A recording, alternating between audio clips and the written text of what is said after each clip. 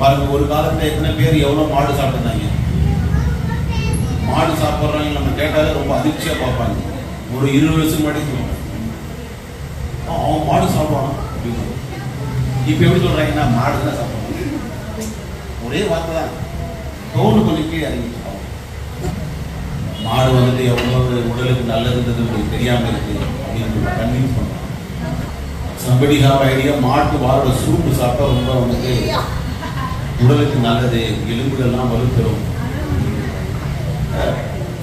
மிக புனிதமான பசுகளை வந்துட்டு உண்ணும் பொழுது ஒருவன் அந்த சமூகமே வந்து சபிக்கப்படுகிறது. நீங்க நல்லா கொஞ்சம் யோசனை பண்ணி பார்த்தீங்கன்னா, ஒரு காலத்துல இருந்த அந்த எக்கனாமிக் லெவல் முன்னாடி இருந்தது வந்துட்டு கம்மியா இருந்தா கூட மக்கள் வந்துட்டு அமைதியாகவும் நிம்மதியாகவும் இருந்தார்கள். ஆனா இப்ப எல்லாருக்குமே நிறைய வசதிகள் இருந்தாலும் கூட அந்த நிம்மதியாக இருப்பதற்கு இல்லை.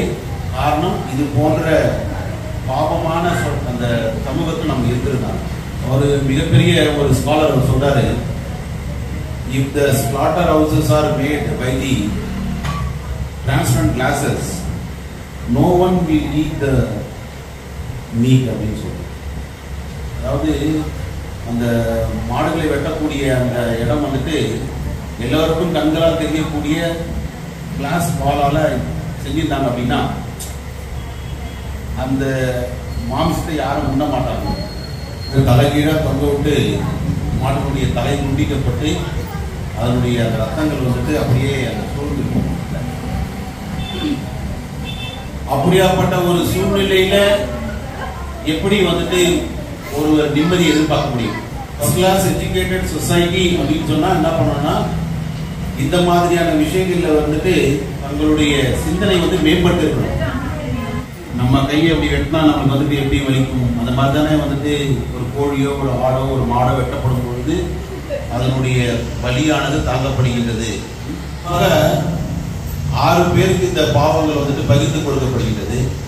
பெறவருக்கு, வாங்குறவருக்கு, எடுத்து வந்து கொடுக்குறவருக்கு, செய்கிறவருக்கு, பகிர்ந்து கொடுக்குறவருக்கு, சாப்பிட்றவருக்கு அப்படின்னு சொல்லிட்டு ஒரு 6ஆ பிரித்து அவங்களுக்கு பாவங்கள் வந்துட்டு அப்படி கொடுக்கும். நான் வந்து சாப்பிட்றது இல்லைங்க, வாங்கினு தான் கொடுத்துருவேன் அப்படின்னாலும் அதில் ஒரு பங்கு இருக்கு. சில பேர் ரொம்ப ஜென்டிலாக சொல்லுவாங்க, நான் சாப்பிட மாட்டேங்க சொல்றது. ஒரு பங்கு பாவம் ஏறும் பொழுது உங்களால பூமிக்கு பாரம் ஜாஸ்தியாக, நம்மளுக்கே தெரியாம நம்ம ரொம்ப வெயிட்டா இருக்கிறோம். அதான் உண்மை. இப்போ நம்ம 60 kg 70 kg 80 kg 90 kg அனுப்போம். ஆனால் பகவானுக்கு தான் தெரியும், ஒவ்வொருத்தரும் வந்து 2000 கிலோ 3000 கிலோ இருக்காங்க. அப்போ ஃபர்ஸ்ட் கிளாஸ் ஹியூமன் சொசைட்டி அப்படின்றது வந்துட்டு பூமியினுடைய பாரத்தை கொடுக்கக்கூடியதாக இருக்கு. ரொம்ப லேசான மனமுடையவர்களாக, மிருதுவான மனமுடையவர்களாக இருக்கிறாங்க.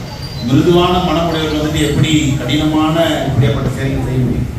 அப்போ பூமியினுடைய பாரத்தை வந்துட்டு அதிகமாக்கக்கூடியவர்கள் இந்த வரிசையில் இருக்கக்கூடியவர்கள் எல்லாருமே.